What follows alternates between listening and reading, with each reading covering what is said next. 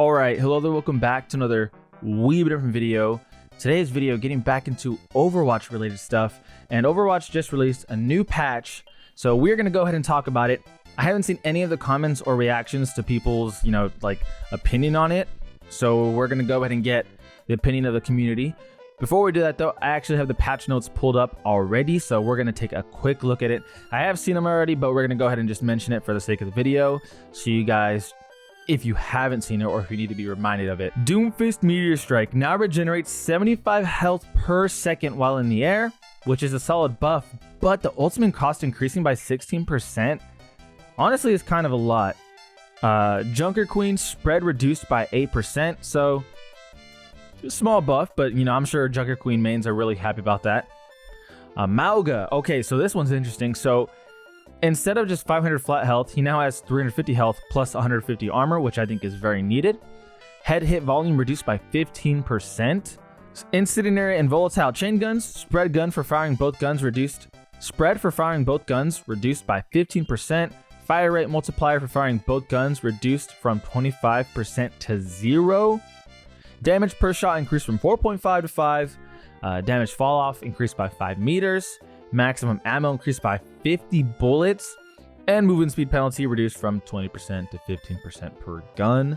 Overrun can no longer be interrupted by hack, which is a solid buff, and damage reduction increased from 30 to 50% is a pretty massive buff.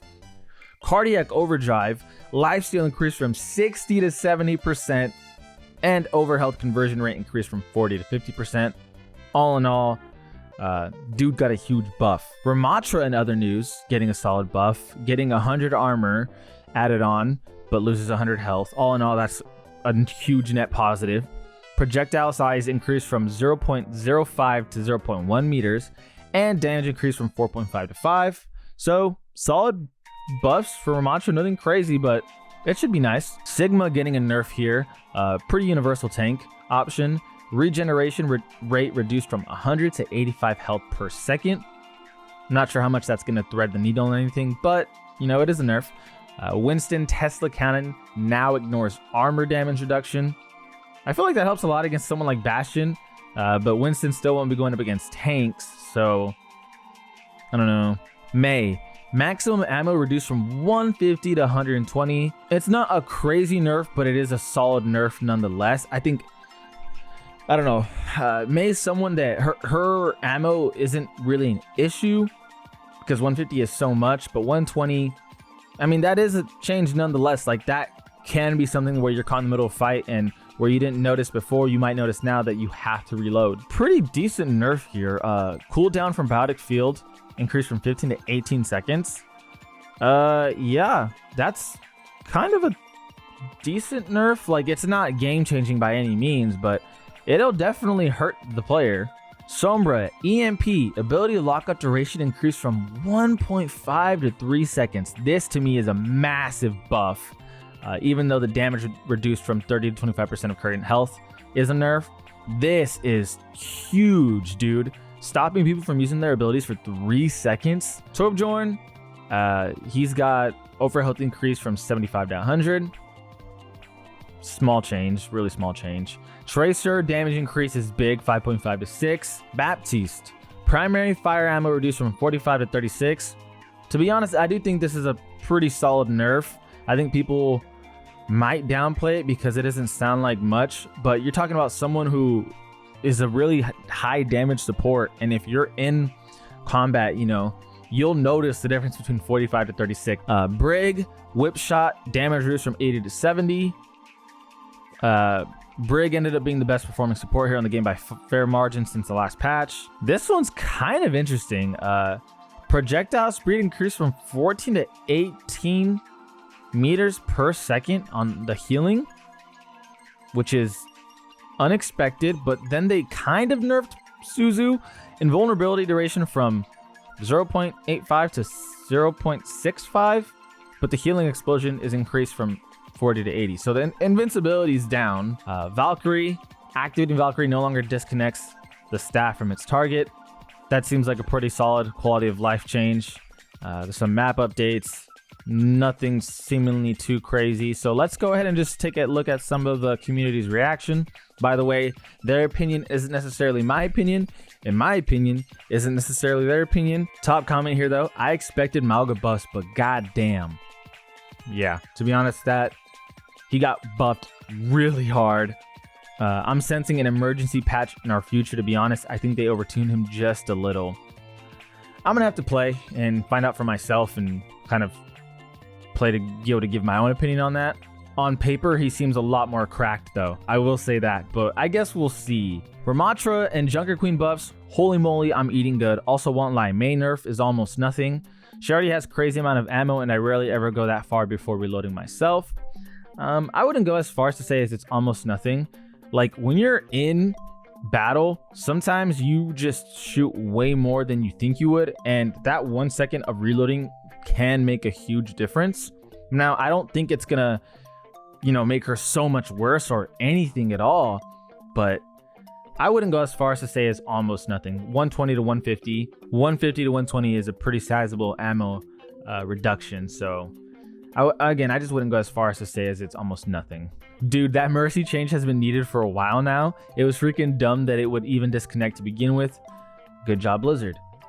I've actually never played mercy once. I've never been a type of player who can just heal someone, fly around, and not shoot at people. I'm more of a DPS or a tank personally. Now, if I do play support, it's probably like Kiriko, Moira, someone who can damage back. 16% ult increase for Doom ult. Bruh, that shit is not a slight increase. Laugh my ass off. Classic Doom buff, which is basically a net nerf. Laugh my ass off.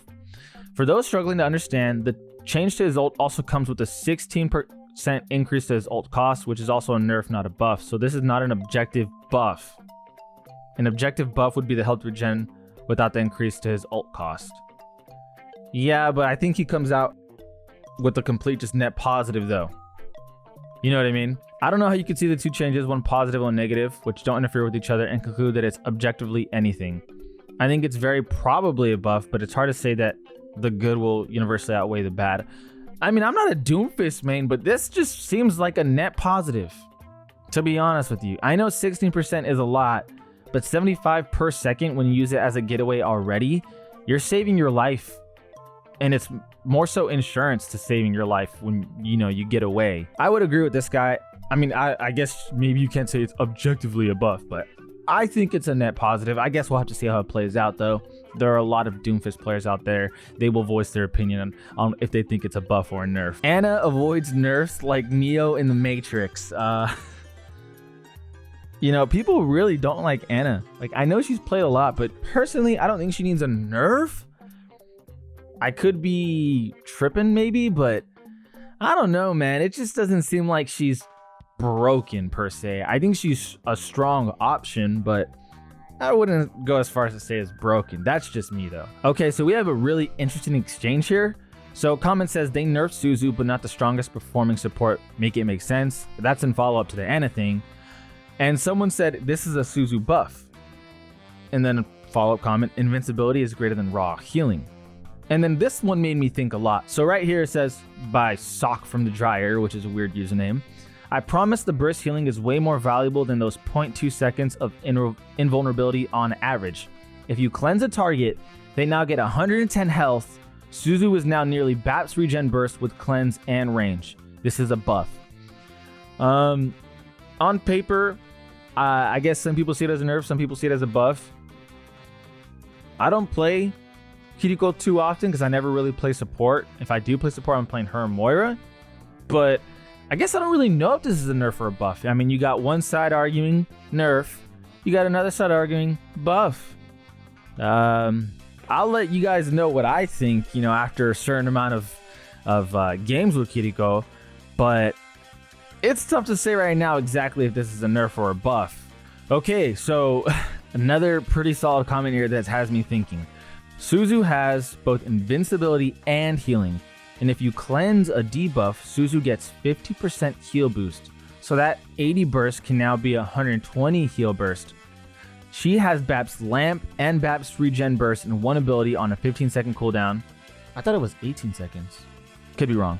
And she has TP and she has wall climb. It's a buff to experienced Kiriko players, faster healing output, still get invulnerability, and now a much larger heal boost during invulnerability.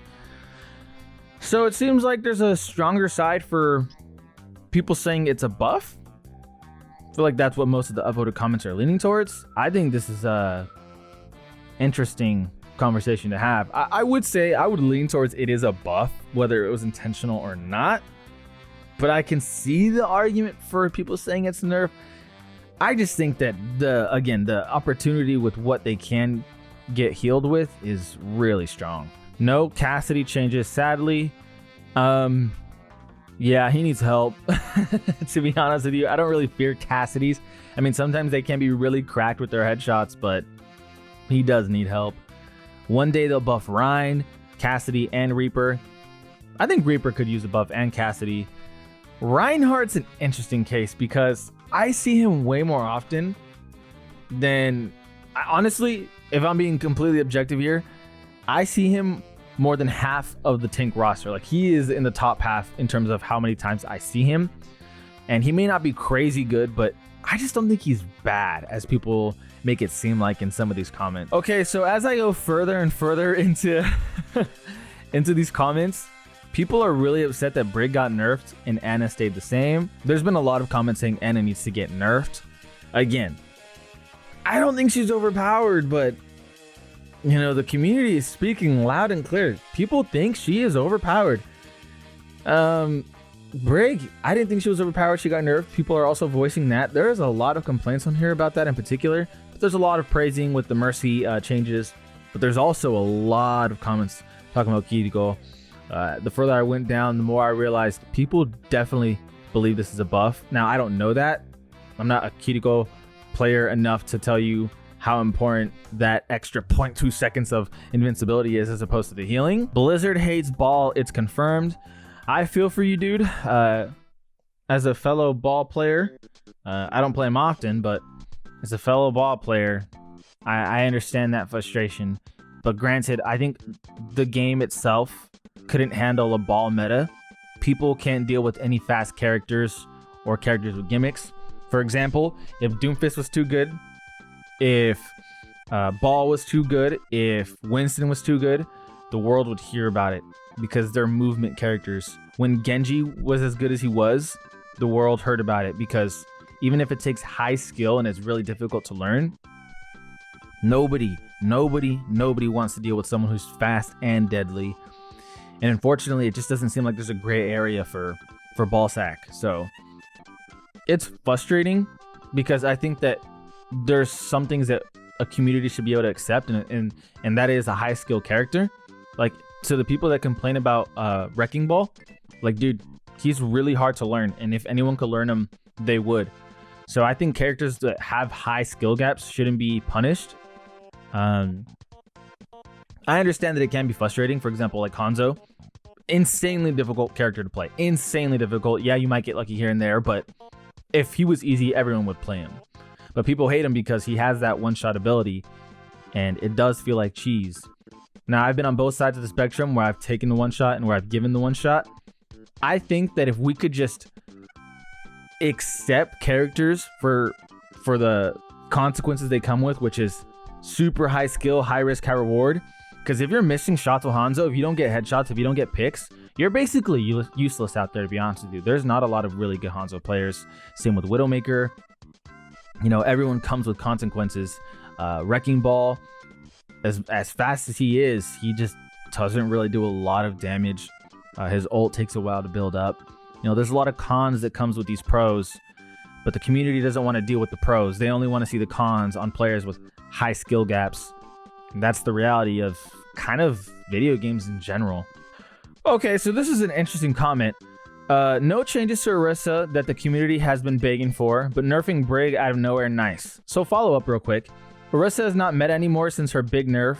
Brig is very strong in the right comps. So let me say this.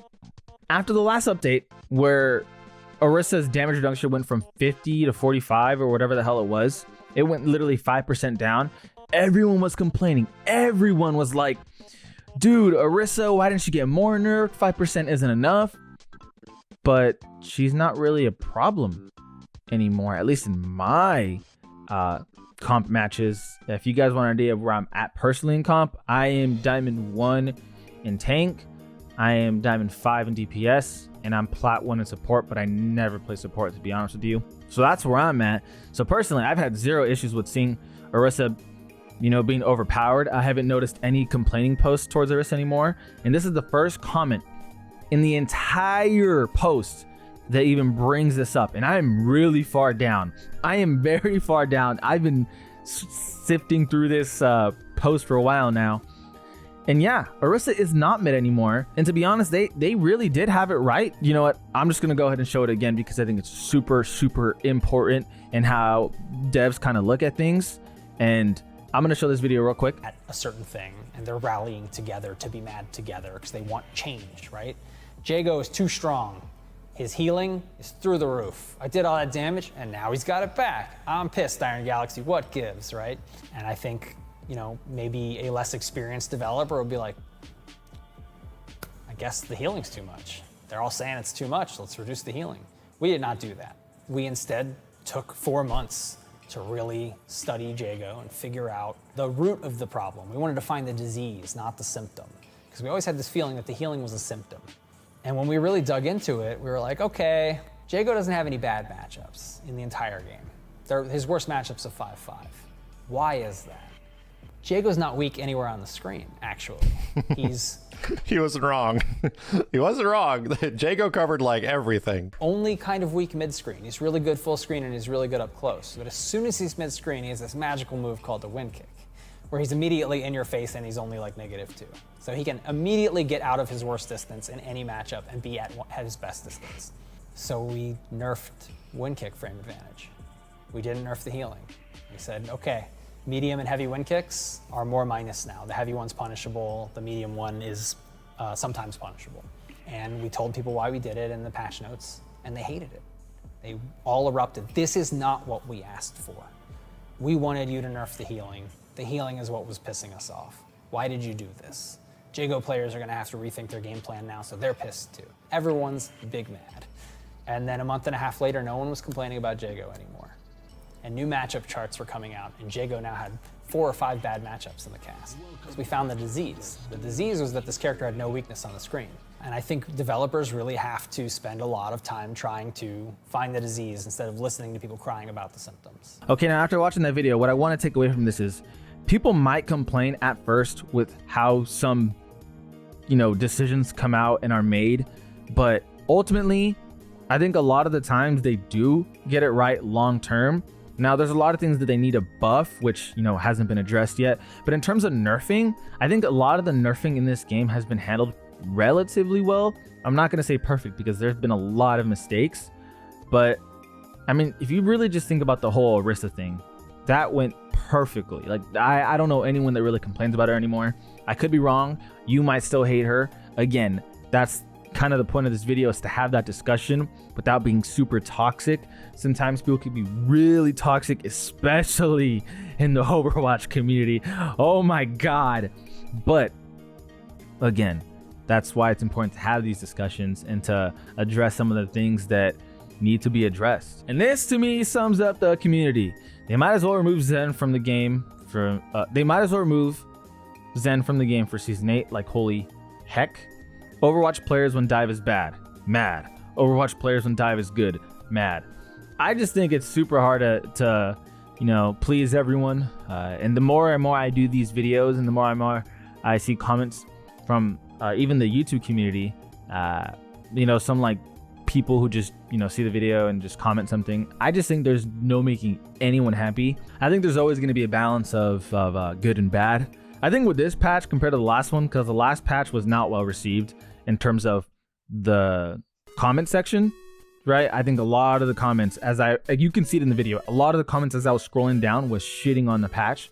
I think with this patch, there's some complaints, but there's a lot of celebration too, especially with the Mercy Valkyrie change and a couple of other things like the Winston buff. But there hasn't been, you know, as much complaints as the last patch, but I guess we'll see how things pan out. I don't think Anna deserves nerfs. I think that's probably been the biggest complaint. but you know, we'll see. Anyway, I appreciate you guys for watching. Let me know what you think. Please, let's keep things civil. I had a video where, you know, things got like really, it took a turn for not the most entertaining piece for me, or even for people that even go to the comment section.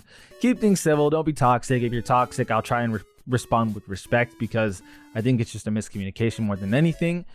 But anyway, I appreciate you guys. This is Ollie Been Different. We've been different. And we out.